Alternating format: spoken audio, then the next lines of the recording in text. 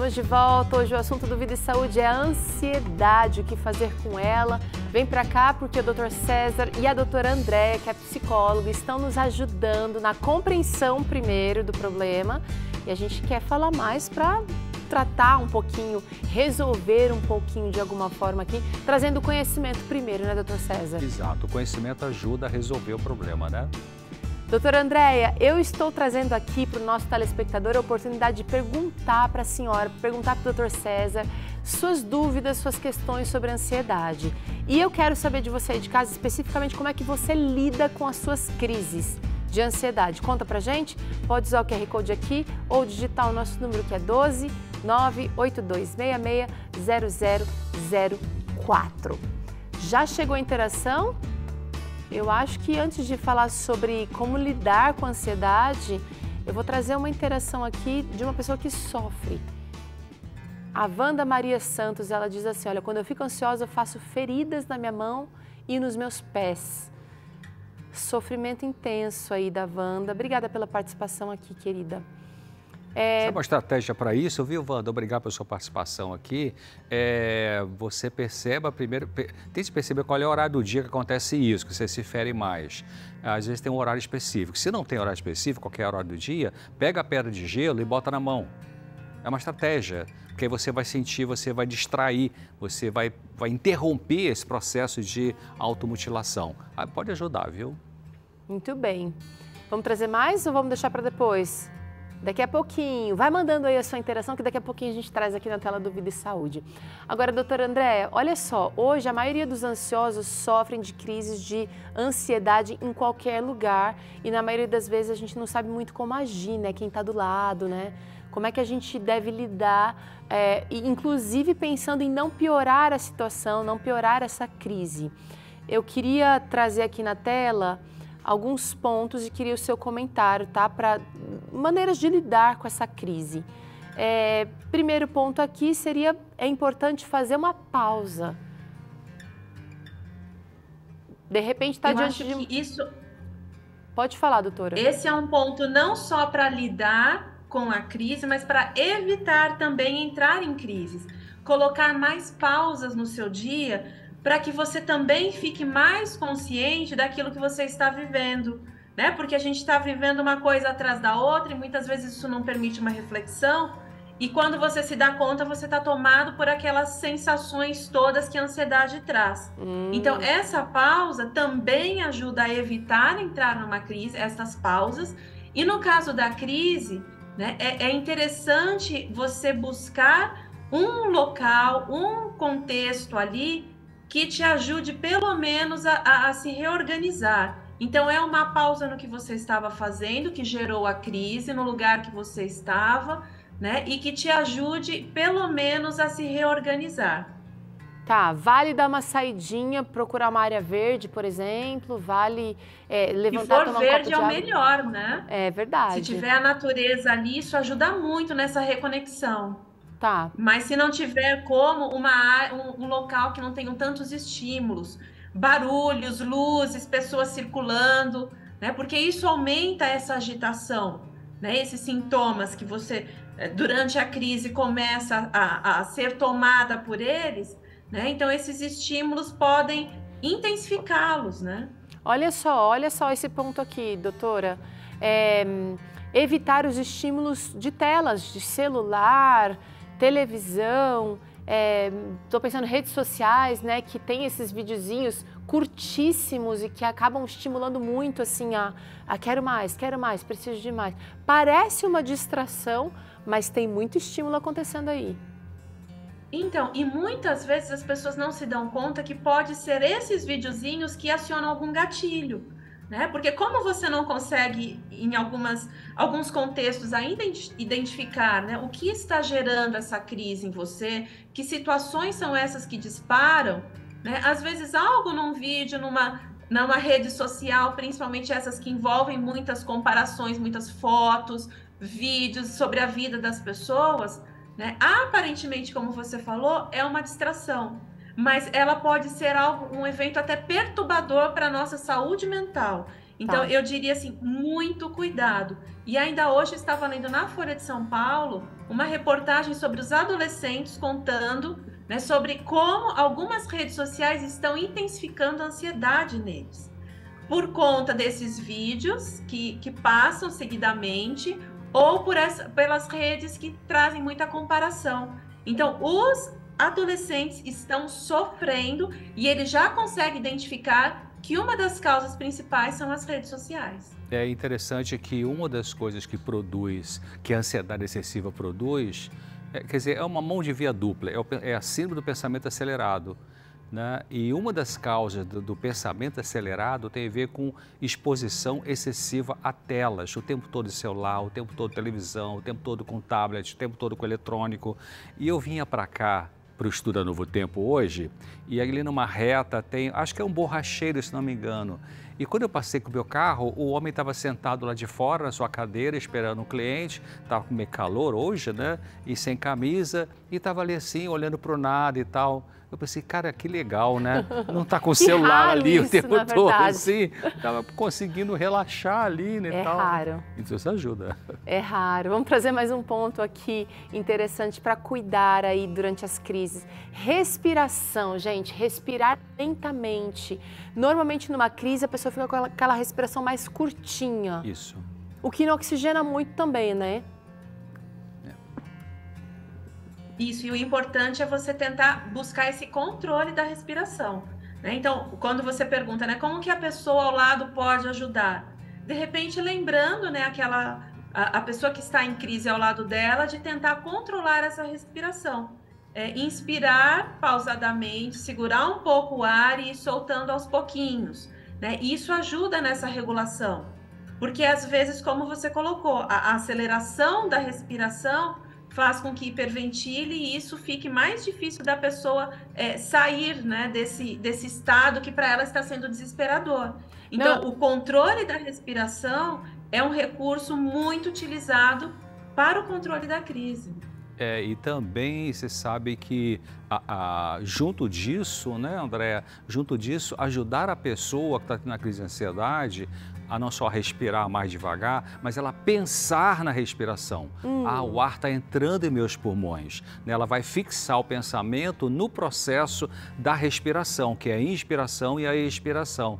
Né? Porque quando ela se concentra nisso, também ajuda a tirar o pensamento da fonte causadora de estresse. E também, eu tive uma cliente anos atrás que ela tinha uma professora jovem, tinha crise de pânico. Às vezes ela estava viajando para ir dar aula no outro município e parava no meio do nada do ônibus, porque ela não aguentava ficar dentro do ônibus com aquela crise de pânico, tá fechada, de um ambiente fechado.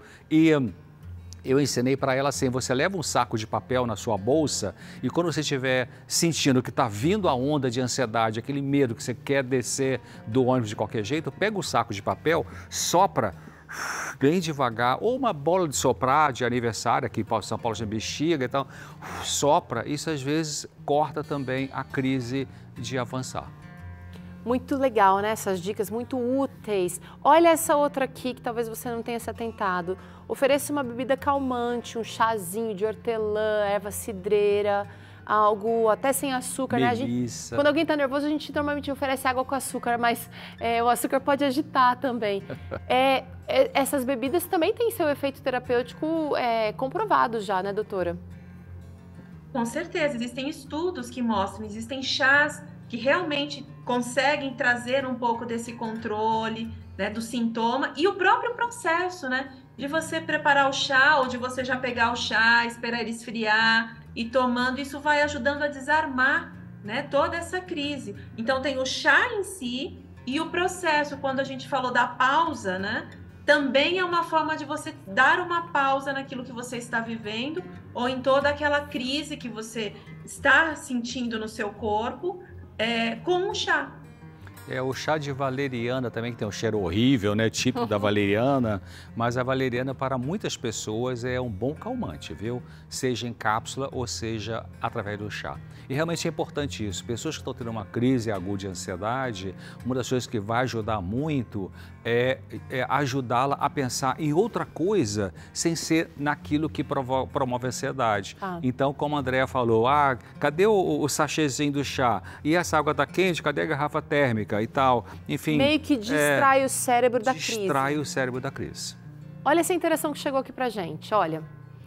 Vamos ver como é que o Rodrigo lida com a crise. Quando eu tenho crise de ansiedade, eu vou para um parque fazer uma caminhada e respirar ar puro. Funciona, diz ele aqui. Ô, Rodrigo, obrigada pela interação. Aliás, esse é um ponto que a gente ia trazer nesse momento, Rodrigo. Olha só, é importante buscar uma atividade física leve. Caminhada excelente, doutora Andréa. Então, eu costumo falar para os meus pacientes, nós estamos vivendo, né, por questões de trabalho, pelas próprias redes sociais, muitas questões mentais. A gente está sobrecarregando a nossa mente e, de alguma forma, a gente precisa acionar o nosso corpo. Então, novamente, tanto para ajudar a crise no momento dela ou a evitar que ela venha. O exercício físico é fundamental, além de todos os benefícios, porque a gente aciona o nosso corpo e assim, alivia um pouco toda essa carga mental. Então, se você acionar o corpo com um exercício que te traga prazer, seja uma caminhada, se puder ser ao ar livre, aonde tem verde, excelente remédio, né? E excelente preventivo também. Bacana. Duas substâncias que são produzidas no exercício físico, que ajudam a baixar a ansiedade, são dois neurotransmissores, né? Que é a serotonina e a endorfina. A endorfina é um analgésico natural que o corpo produz, que alguns estudos mostraram que é 100 vezes mais potente que a morfina. Então, quando você faz atividade física aeróbica, de preferência ao ar livre e mais perto da natureza, esses hormônios cerebrais são produzidos e ajudam a baixar a ansiedade. Olha só, quantas vantagens em uma ação só, né? Tem mais um ponto aqui para você analisar que pode ajudar nos momentos de crise, desde que as emoções possam aflorar em um ambiente em que isso é possível, um ambiente seguro, com pessoas de confiança, porque às vezes a gente está num momento de maior vulnerabilidade, doutora, e aí não é legal se abrir, né? Se expor. Isso. E assim, pessoas que tolerem a sua crise, né? Porque você pode até sentir confiança naquela pessoa, mas ela não tem ainda um preparo para lidar, de repente, com uma primeira crise que você tenha. Então, tipo, vai ficar desesperada? Respeitar um pouquinho.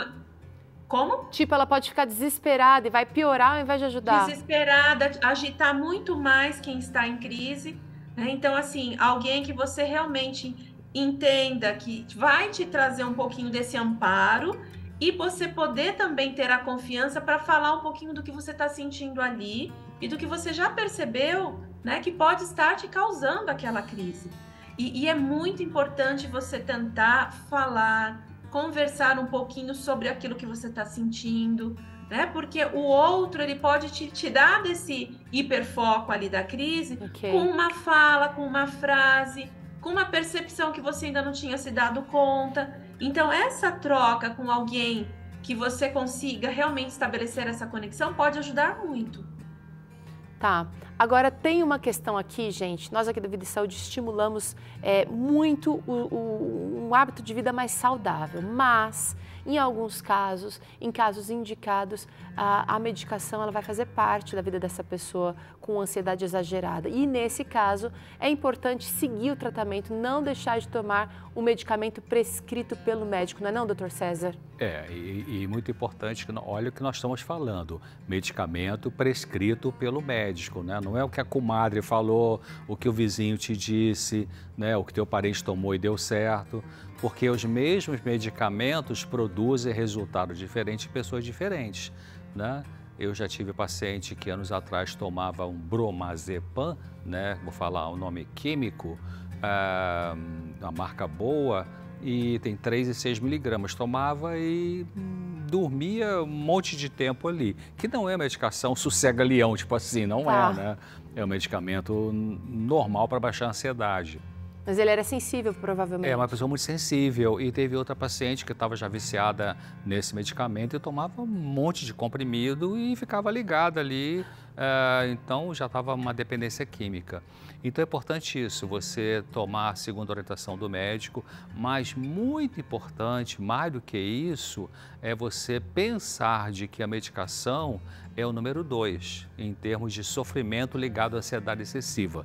Número 1, abaixo de Deus, número 1 é você aprender a lidar com a tua emoção, aprender a resolver o conflito, entender esse conflito, da onde que ele vem, quando é que ele surge, né? Se você é uma pessoa muito preocupada e que tem uma predominância de pensamentos trágicos, né? Ai, não vai dar certo, ai, vai furar o pneu, ai, vai ter bala perdida, ai, eu não vou conseguir e tal. Então, se você pensa demais dessa forma, então aí a TCC, terapia cognitivo comportamental, vai te ajudar a educar esses pensamentos, a corrigir esses pensamentos, a mudar esses pensamentos, porque senão a medicação não vai conseguir fazer isso, né? Mas evite se automedicar. No mundo se automedica muito, né? O que é automedicar? Você toma um remédio por conta própria ou pede emprestado uma cartelinha ali para o teu vizinho que usa, sei lá, medicação XYZ. Cuidado, porque medicamentos chamados tarja preta podem produzir dependência física. Tá, agora o Dr. César tocou num ponto importante. Quando há necessidade, quando há indicação médica, tudo bem, vai para o medicamento e toma direitinho ali. Mas também ficar só dependente do remédio, né, doutora Andréa? E não fazer esse contato que ele trouxe aqui, contato com o problema raiz, isso também vai, de repente, só controlar os sintomas.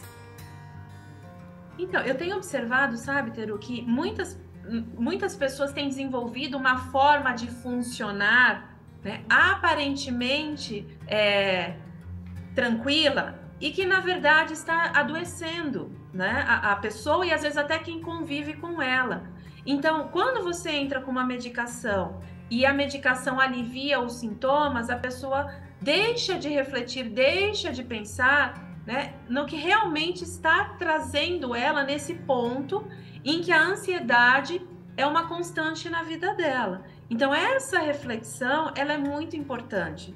Então, em muitos casos, a medicação, ela vai entrar, eu gosto de fazer usar essa metáfora de uma construção. A medicação vai ser os andaimes que vai sustentar esse emocional fragilizado, então vai desacelerar, no caso da ansiedade, vai dar uma tranquilizada, para que o profissional possa entrar e fazer a manutenção, fazer os ajustes necessários, a reforma necessária.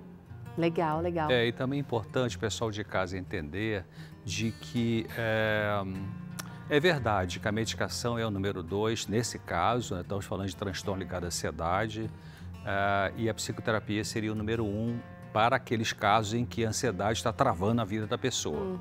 Mas muitas vezes a pessoa vai fazer o acompanhamento psicológico, mas ela não está pronta ainda para lidar com a sua dor emocional. Ela não está pronta ainda para perceber as causas dessa dor. Ela não consegue, não tem essa habilidade ainda, então vai demorar um tempinho ainda em terapia para que ela possa estar pronta para poder pensar na dor, lidar com essa dor, administrar essa dor, compreender essa dor. Então, enquanto a pessoa não está pronta para isso, mesmo estando em terapia, porque terapia é um processo, psicoterapia tem a ver com trazer do inconsciente para o consciente o que está causando dor, mas que você não está percebendo. Essa é uma técnica. Outra técnica é analisar os pensamentos que você costumeiramente tem para ver se são saudáveis ou não. Enfim, mas se você ainda... porque alguém pode falar assim, mas eu estou em terapia já tem 1 ano e meio e estou usando o remédio que o psiquiatra passou e não estou conseguindo resolver, minha ansiedade excessiva ainda está me perturbando. Tá, talvez você não conseguiu ainda nessa ajuda psicológica chegar num ponto mais profundo que explica o teu sofrimento em relação à ansiedade. Então, nesse caso, vai precisar um pouquinho mais de tempo de medicação também, até que você consiga... tá, agora que eu estou entendendo de onde veio esse meu sofrimento, essa minha ansiedade. Que legal. Isso leva um tempinho, não é uma coisa rápida, não. Que legal pensar desse jeito, né? Paciência vai precisar exercer aí, você vai precisar exercer paciência nesse processo. Agora eu vou pedir licença para o Dr. César e para a doutora Andréa para falar sobre a NT Play Week. Você está acompanhando? Pois é, o título dessa semana é A Arte de Estudar a Bíblia e tá bom demais. O tema de hoje, gente, é o que fazer antes de estudar a Bíblia. O pastor Lucas Igor vai contar o que fazer para realmente entender e interpretar o que está escrito ali na Bíblia, gente. E olha, ele também vai dar 8 dicas para potencializar o seu estudo da Palavra de Deus. E aí, você deseja esse conhecimento? Então, vou convidar você para acompanhar a NT Play Week, a arte de estudar a Bíblia, hoje às 8 da noite. E você só consegue acompanhar pelo ntplay.com. É o site, tá bom? ntplay.com. E você vai acompanhar por lá ou pelo YouTube também dá. youtube.com/ntplayoficial. Um super programa para você que deseja estudar a Bíblia de maneira mais dinâmica e útil, de maneira útil aí para a sua vida. Bora para o intervalo, gente? Vamos lá. A gente vai ali, volta já, a gente vai continuar falando sobre as crises de ansiedade, vamos trazer respostas aqui para vocês, respostas a essas dúvidas que estão chegando aqui. Então, convido você para ficar bem juntinho da gente, que a gente já está de volta.